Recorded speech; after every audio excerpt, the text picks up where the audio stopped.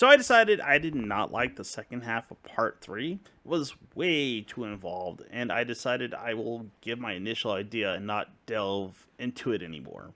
Unless for some odd reason someone asked me to. The other thing I wanted to go over is I had a conversation with a friend about video game movies after I watched the Five Nights at Freddy's movie a few months back. And with the Minecraft movie trailer that came out, I feel something needed to be said in regards to video game movies.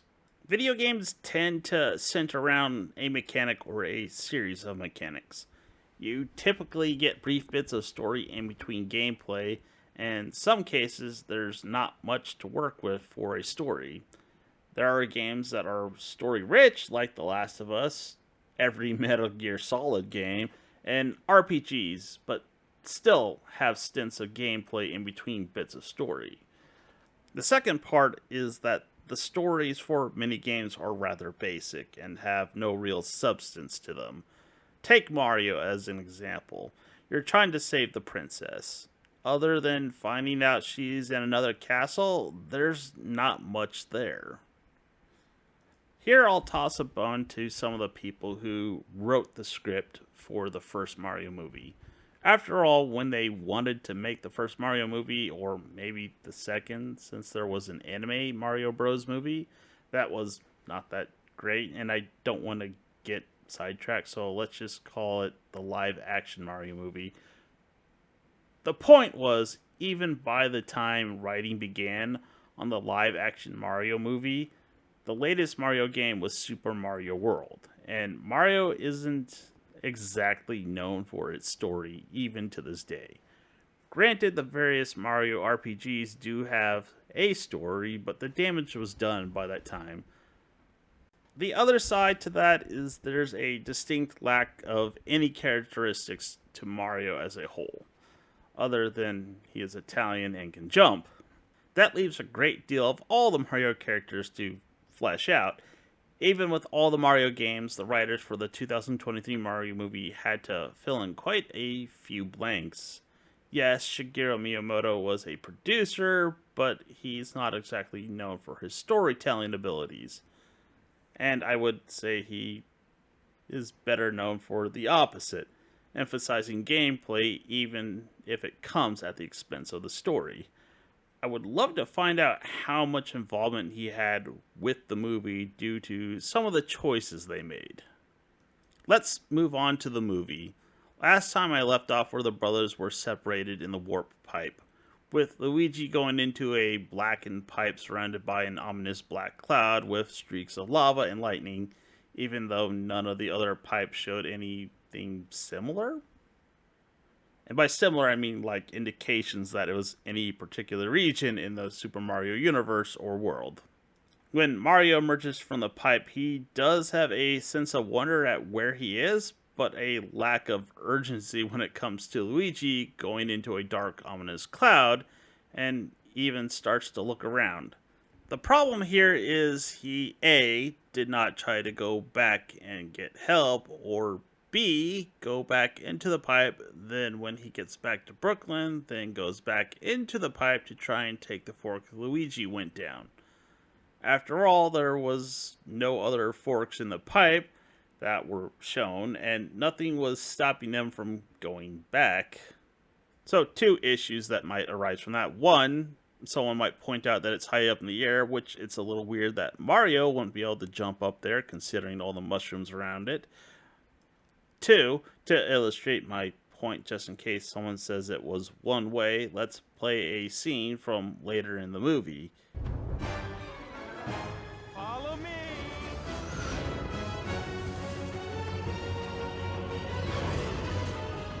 Come on. A little closer. Mamma mia.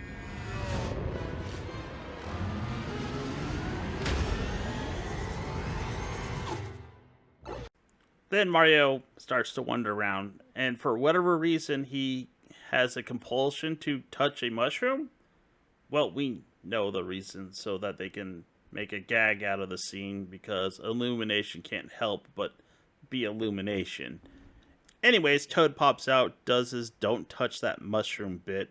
I kind of had to wonder why was Toad there and ducking down. Well, other than the movie needed him there to get things rolling, this Toad kind of confuses me. So, in order to make this Toad stand out, because all the Toads outside of a select few are known as Toad, they gave him a backpack similar to Captain Toad, and that is all that I think of when I see him.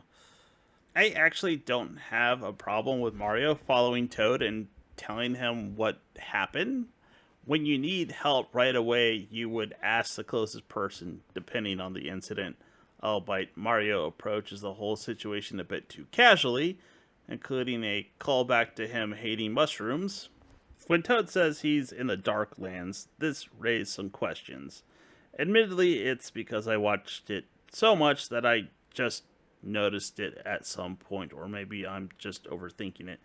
Anyways, I had to wonder how Toad knew, based on the description of the pipe, that it went into the Darklands. Has he been there before? Has he used the warp pipe as well? The other part was I had to question if there was a Darklands. The answer is sort of. In Super Mario 3, the last world is called the Dark Land, or the Koopa Kingdom. The wiki from the movie says it's a haunted land filled with dry bones, so I'm not sure if it's a reference to the game or if they are actually using it as a legitimate story element. I suppose it could be both, but it kind of feels more like a reference. Moving on, the only real problem I had with the animation once the brothers were in the world of the Mushroom Kingdom is when Toad takes Mario to the castle, and the castle is standing by itself on a huge plateau. In the games, it has changed here and there, but I think they are using Mario 64 or Mario Odyssey as a model reference, but took it to an extreme level, not to mention the sprawling city below it. At this point, they transition to Luigi, and again, I will point out the pipe is right behind him. And I would have to ask, why did he not just try to use the pipe? Nothing stopped him. There was no need or reason for Luigi to walk away from the pipe to look for Mario, other than they needed this to happen for the plot. It does establish Luigi is a scaredy cat, and that is why Luigi was made the star in the Luigi's Mansion series. Outside of Luigi walking away from the pipe, I have no real issues with the scene, but I would have used booze instead of dry bones. I guess I would question why the Shy Guys are there, but we know the answer already, so the plot can happen. At this point, I would say the movie just turns into reference the movie, or maybe I should just call it reference berries. I'm not sure if I would classify it as member berries, but I suppose that could apply to some people. For me, it's like what Red Letter Media says. You might not have noticed it, but your brain did. They decided to pack the screen with visual noise with references mainly to the video games. They had the coin blocks spitting out giant gold coins. I would have to wonder why they decided to have them in the movie to begin with. I'm almost pleased they leaned into the coins being so big, but at the same time, the coins were that big for a reason tied to game mechanics. So why not have small coins, or just do what happens in the games? Otherwise, just not have the coins. It also feels like they unwittingly wrote themselves into a corner because of the size of the coins in the games. Just imagine a Yoshi coin in the movie and how big that would be. Let's not forget about the floating bricks, elevating platforms, and before I get too far, the NES cartridge with the line, you just have to blow into it. So the next part is audible. I had to raise the volume considerably. Warning for headphone users. Yes, what a great idea. You just have to blow into it. A struggle most members of younger generations will never know. Then they have the pipes, and I mean a lot of pipe. I almost thought there was going to be a moment when Mario starts to be Mario with some music from the games playing until he gets too close to the pipes and gets sucked in, turning the whole sequence into a gag because Illumination can't help themselves, and if I were to guess, to pad out the runtime to get it to that 90-minute mark. So, how about some positivity? After Mario emerges from the pipe and approaches the castle, you see the stained glass window of Princess Peach, and the accompanying theme song plays. Impressive, am I right?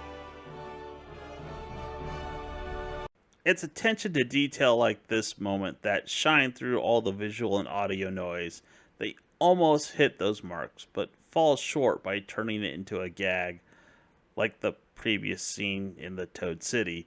As far as Toad, who is voiced by Keegan Michael Key, I'm not sure if he's supposed to be the comic relief, even though he is voiced by a comedian, especially with Mario being the center of every physical gag.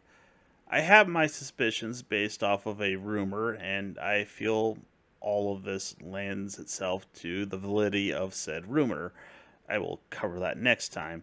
Anyways, back to Toad. For the most part, his delivery is fine, but I can't help but think that some dialogue, like the line when he first met Mario, is overacted.